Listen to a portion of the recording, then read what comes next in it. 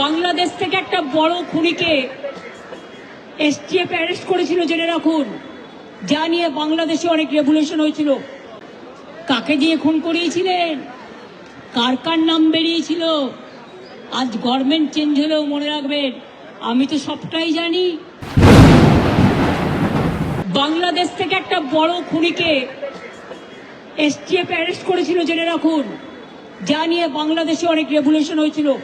অন্য দেশের কথা আমি বলছি না, আমার বলার অধিকার নেই, কিন্তু আমি যেটা বলছি পয়েন্টটা। তারপরে তারা মেঘালয় দিয়ে বাংলায় চলে আসে। বাংলায় যখন চলে আসে তখন আমাদের এসটিএফ তাকে ধরে, এটা তাদের ক্রেডিট।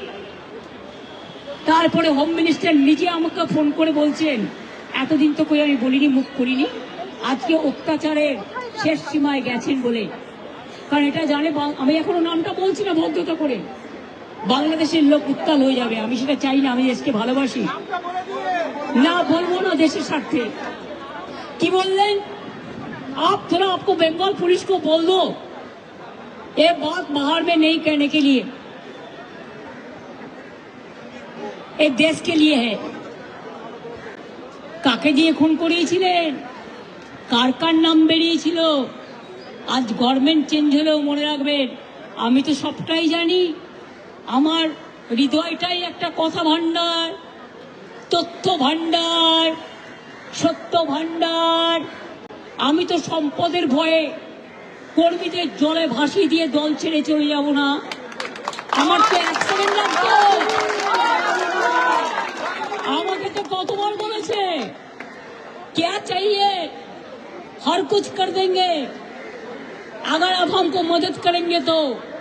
শুনুন, আমাদের পার্টির একটা নীতি আছে, আদর্শ আছে, দর্শন আছে। আজকে আমার দুঃখ একটাই, যাদের জন্য সারা জীবন করেছি তারা আজকে গদ্দারের সাথে লাইন করছে। তোমার এলাকায় যখন বাড়ি ভাঙে 7,000 লোক, আমি নিজে ফোন করে তোমাদের যেতে বলি, তোমরা যাচ্ছ না। দাঁড়াও ভাই, একটু চুপ করো। আমি আপনাদের বলি, আমি বলেছিলাম যখন মসজিদের মাইক কেড়ে নেওয়া হচ্ছিল যে তোমরা একটা কেস করো, করেনি সে। বকরিদের ব্যাপার নিয়ে আখরুজ্জামানকে দিয়ে মহুয়া মৈত্র কেস করলেন, আমাদের তৃণমূল কংগ্রেসের এমপি।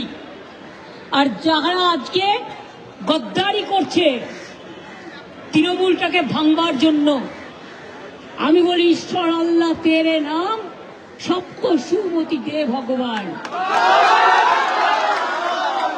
যদি কোনোদিন কোনো ভালো কর্ম করে থাকি,